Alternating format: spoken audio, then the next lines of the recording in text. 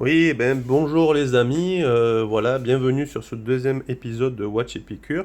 Voilà, aujourd'hui nous allons vous présenter on va dire une marque un petit peu plus prestigieuse qu'Omega, donc c'est Rolex bien sûr. Tout le monde connaît cette marque, donc on va attaquer avec la Rolex Explorer 2, donc qui n'est pas forcément le modèle le plus diffusé. Voilà, on aura d'autres modèles dans des prochains épisodes. Voilà. Donc la Rolex Explorer 2, moi je l'aime beaucoup, donc je l'ai eu par l'intermédiaire d'un ami. Voilà, donc j'ai pu pas mal la tester. Donc c'est vrai que c'est une Rolex, on va dire, qui est un petit peu plus discrète que les autres, mais qui a beaucoup de charme, moi je trouve. Alors déjà, c'est une 42 mm, contrairement aux autres professionnels qui sont en 40 mm. Donc ça déjà, on va dire que la montre, voilà, on va dire, moi j'ai un poignet, je vous avais dit, de 18 cm environ. Voilà, la montre a quand même une belle présence au poignet. Le gros point fort de cette montre, bien sûr, c'est sa lisibilité au niveau du cadran. Donc on peut voir que là, par exemple, nous avons les aiguilles des heures et une fonction, alors GMT entre parenthèses, parce que cette aiguille orange avait été prévue à la base pour les spéléologues, on va dire, puisqu'elle tournait sur 24 heures, leur permettant de discerner l'heure du jour et de la nuit. Donc voilà, comme on peut le voir, la lunette est en acier, vous voyez, contrairement, on va dire, aux autres lunettes qui peuvent être, on va dire, aluminium ou céramique. Donc tout en acier, pourquoi? Ben, pour être très résistante en cas de chute notamment, pour, on va dire, les explorateurs et les spéléologues. Voilà. Donc c'est vrai que l'Explorer 2, elle a été ressortie en 2011. Le premier modèle date de 1971, qu'on appelait la Frezion. Donc Frezion en italien, ça veut dire l'aiguille orange. Voilà, donc c'est vrai qu'elle a cette petite particularité stylistique que d'autres marques ont repris. J'ai vu Baleine Ross ces derniers temps aussi qui a repris un peu ce design d'aiguille. Voilà, donc elle existe en fond noir ou en fond blanc. Là, vous voyez le fond noir, on a la petite particularité des aiguilles fantômes qui font en fait un peu cet effet, je vais l'avancer un petit peu, que on va dire les aiguilles flottent sur le cadran. Donc ça c'est vrai que c'est plutôt assez sympa. Voilà. Ces petites aiguilles fantômes, moi ça lui donne une touche plutôt sympa. Et un fond mat. Voilà, le fond est quand même, vous me direz ce que vous en pensez, le fond est mat, donc ça c'est plutôt après très sympa.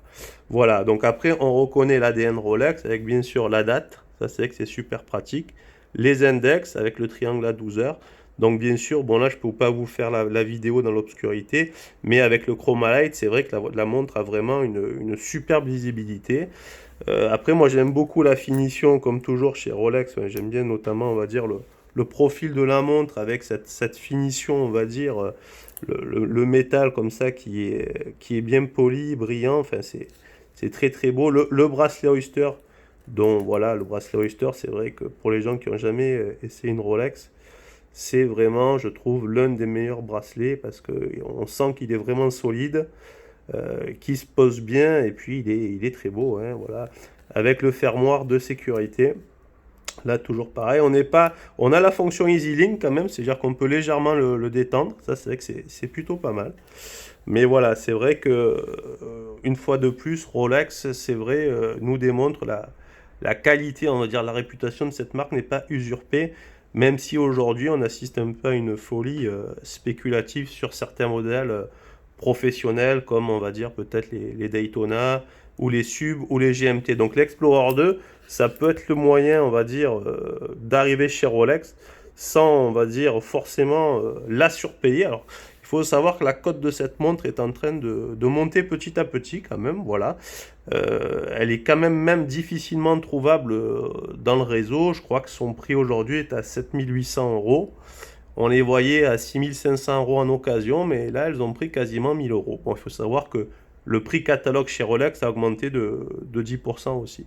Voilà, donc moi, ce que j'aime bien avec l'Explorer, c'est qu'elle est discrète, voilà, mais elle reste quand même classe et voilà, c'est une montre avec laquelle on a envie de partir à l'aventure. Voilà. Il faut savoir que des explorateurs comme Harun Tazieff l'ont porté sur des expéditions.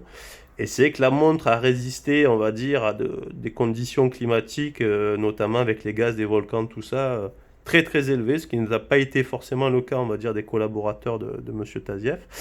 Voilà, elle a été aussi équipée le poignet un, un explorateur qui s'appelle Edvistus, c'est vrai, qui a franchi, donc c'était l'Explorer 2, mais pas avec l'aiguille orange, juste celle d'avant, 40 mm, mais avec son Explorer, il a fait quand même les 8 sommets à plus de 8 mm, les plus hauts du monde, donc tout en étant équipé de sa Rolex au poignet. Donc c'est vrai que on a un petit peu cet ADN d'exploration, voilà, c'est vrai que moi j'ai pu partir en congé, c'est vrai, avec cette montre, et c'est vrai elle est parfaite parce qu'elle est polyvalente. J'ai pu faire un petit peu de plongée apnée avec.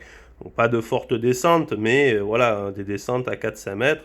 Très lisible sous l'eau aussi. Donc c'est vrai que elle a ce côté très polyvalent. Et bon, un peu plus massif que l'Explorer 1 39 mm. On aura l'occasion d'y revenir dessus. Mais c'est vrai que l'Explorer 2, moi je trouve, c'est une très belle pièce d'horlogerie. Et je pense que peut-être un futur collector, puisque Rolex va sûrement arrêter la production de cette montre cette année. Voilà. Donc n'hésitez pas à me donner vos commentaires sur cette montre. Voilà.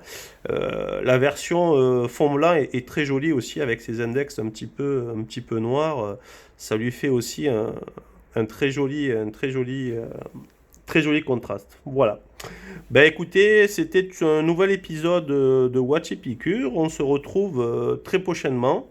Et puis on essaiera d'inviter, on va dire, des personnes aussi. Vous aurez la possibilité, je le mettrai sur la chaîne, de nous contacter pour ben, éventuellement nous parler, nous présenter votre montre. On la mettra sur un épisode. Voilà. Merci à vous et passez une bonne journée.